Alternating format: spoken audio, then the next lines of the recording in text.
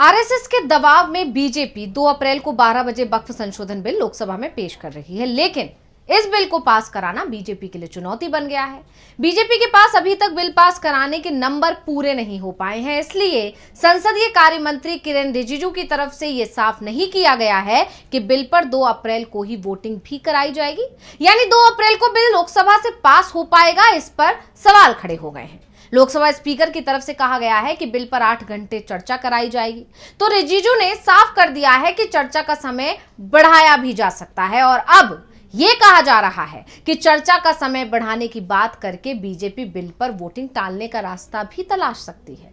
और इसके पीछे सबसे बड़ा कारण लोकसभा में बीजेपी के पास बहुमत का ना होना माना जा रहा है, क्योंकि उसके जो सहयोगी दल हैं वो वक्फ बिल को लेकर अभी भी फैसला नहीं कर पाए हैं, क्योंकि मुस्लिम संगठनों का जबरदस्त दबाव दिखाई दे रहा है। ऐसे में सवाल उठ रहे हैं कि क्या वक्फ संशोधन बिल पर मोदी सरकार फंस गई है? अगर लोकसभा में बिल पास नहीं हो पाया, बिल के समर्थन में कम से कम 272 सांसदों ने वोटिंग नहीं की, तो प्रधानमंत्री नरेंद्र मोदी की कुर्सी ही मुश्किल में फंस जाएगी, क्योंकि इससे एक बात साफ हो जाएगी कि मोदी सरकार के पास लोकसभा में बहुमत नहीं है और अब इस बहुमत के आंकड़े के लिए बीजेपी हाईकमान की तरफ से कोशिशें शुरू हो गई हैं। तो आज हम अपनी स्पेशल रिपोर्ट में वक्फ बिल पर कैसे फंस गई है मोदी सरकार, इसी पर करने जा रहे हैं चर्चा। नमस्कार, मैं हूं अंशिता। देश की सियासत में अगले कुछ घंटे बेहद महत्वपूर्ण होने वाले हैं। एनडीए के अंदर इस समय जबरदस्त तनाव दिखाई दे रहा है, तो वहीं मुस्लिम संगठन भी चिंता में दिख रहे हैं। उन्होंने अपनी पूरी ताकत वक्फ संशोधन बिल को रोकने में झोंक रखी है। बीजेपी के सहयोगी दलों को चेतावनी दे दी है कि अगर बिल का समर्थन किया तो मुसलमानों के वोट कभी नहीं मिलेंगे। इस धमकी का साफ साफ असर बीजेपी के सहयोगियों पर दिखाई दे रहा है। बिल कुछ समय बाद ही लोकसभा में पेश होना है। संसद के बिजनेस एडवाइजरी कमेटी बीएसी ने जब इस बात की जानकारी दी कि 2 अप्रैल को 12 बजे लोकसभा में वक्फ संशोधन बिल पेश किया जाएगा, चर्चा के लिए 8 घंटे का समय तय किया गया है, तब विपक्ष ने कहा कि चर्चा 12 घंटे होनी चाहिए।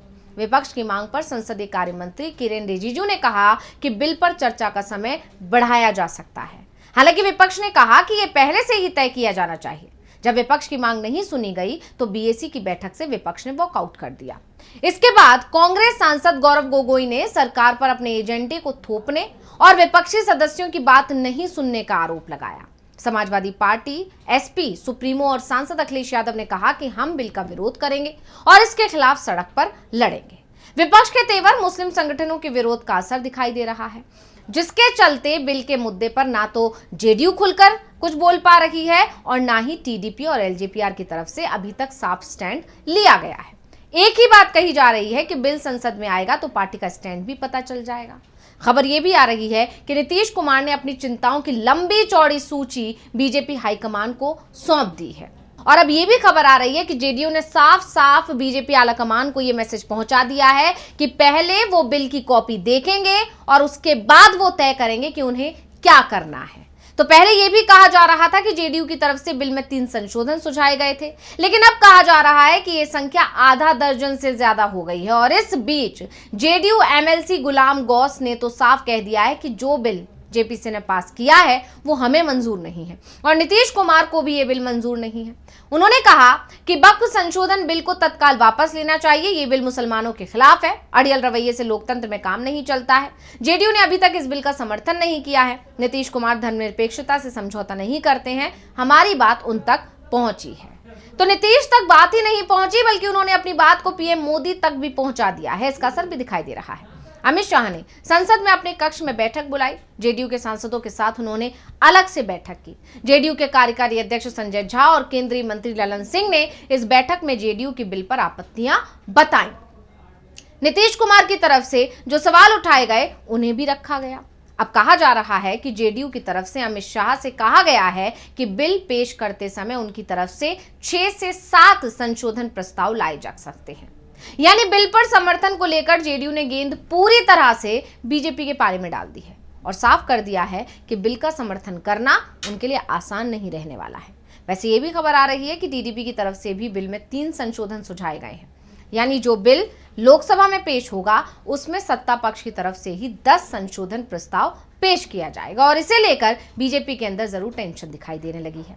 बीजेपी की टेंशन का सबसे बड़ा कारण लोकसभा का गणित बताया जा रहा है, तो अब पहले उस गणित को समझ लेते हैं। लोकसभा में सदस्यों की संख्या है 543, लेकिन एक सीट पश्चिम बंगाल की बशीरहाट इस समय खाली है, इसलिए सदन में 542 सदस्य हैं। ऐसे में बहुमत के लिए 272 सदस्यों के समर्थन की जरूरत है। अब बीजेपी की बात करें तो इसके पास सबसे ज्यादा नंबर 240 सीटों का है। वहीं अगर सहयोगी दलों की बात करें तो उनके पास 52 सांसद हैं। इन्हें भी जोड़ लिया जाए तो एनडीए सांसदों की संख्या हो जाती है 293। अगर बीजेपी को सहयोगी दलों का साथ मिलता है तो उसके लिए लोकसभा में इस बिल को पास कराने में किसी भी तरह की परेशानी नहीं होगी। विपक्षी दलों की बात करें तो कांग्रेस के पास सबसे ज्यादा यानी 99 सांसद हैं। वहीं इंडिया गठबंधन के पास कुल सांसदों की संख्या है 233। लोकसभा में कुछ सांसद ऐसे भी हैं जो एनडीए और इंडिया दोनों ही गठबंधन का हिस्सा नहीं है। इनमें आजाद समाज पार्टी के एडवोकेट चंद्रशेखर और शिरोमणि अकाली दल की हरसिमरत कौर बादल भी शामिल हैं। जो सांसद किसी गठबंधन में नहीं है उनका रुख अभी तक बीजेपी के खिलाफ ही रहा है। ऐसे में वक्फ संशोधन बिल पर उनके वोट बिल के खिलाफ जाना तय माना जा रहा है, यानी विपक्ष के पास 249 सदस्यों का समर्थन है। अगर टीडीपी के 16, जेडीयू के 12 सदस्य पाला बदल जाते हैं तो विपक्षी खेमे में यानी कि बिल के विरोध में 277 सदस्य होंगे, जबकि बिल के समर्थन में सिर्फ 265 वोट होंगे।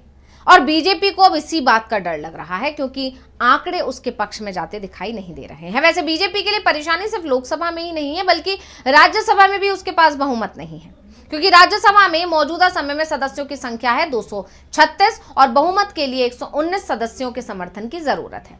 यहां भी बीजेपी सबसे बड़ी पार्टी है, उसके पास 98 सदस्य हैं। एनडीए के कुल सदस्यों की संख्या 115 है, जो बहुमत से 4 सीट कम है। ऐसे में बीजेपी को 6 मनोनीत सदस्यों के समर्थन की उम्मीद है। विपक्षी दलों में कांग्रेस के पास 27 सदस्य हैं। वहीं इंडिया गठबंधन के कुल सदस्यों की संख्या है 85। इसमें वाईएसआर कांग्रेस के 9 और बीजेडी के 7 सदस्य हैं जो खुलकर बिल का विरोध कर रहे हैं।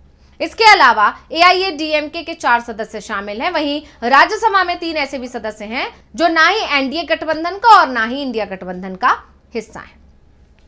साफ है कि बीजेपी के लिए लोकसभा हो या राज्यसभा, दोनों में ही इस बिल को पास कराने का बहुमत नहीं है। टीडीपी और जेडीयू की मदद के बिना वो ये बिल संसद से पास नहीं करा सकती और ये दोनों ही दल इस समय दबाव में दिखाई दे रहे हैं। अब हम आपको बताते हैं कि बिल को लेकर विपक्ष की आपत्तियां क्या हैं। तो वक्फ बिल में पहले प्रावधान था कि वक्फ ट्रिब्यूनल का फैसला ही आखिरी फैसला माना जाता था। अब किसी भी तरह से संपत्ति विवाद में हाईकोर्ट जा सकेंगे। पहले कोई भी संपत्ति सिर्फ दावे के आधार पर ही वक्फ की हो जाती थी। नए बिल में दान किए गए बिना किसी संपत्ति पर वक्फ बोर्ड अपना अधिकार नहीं जता सकेगा।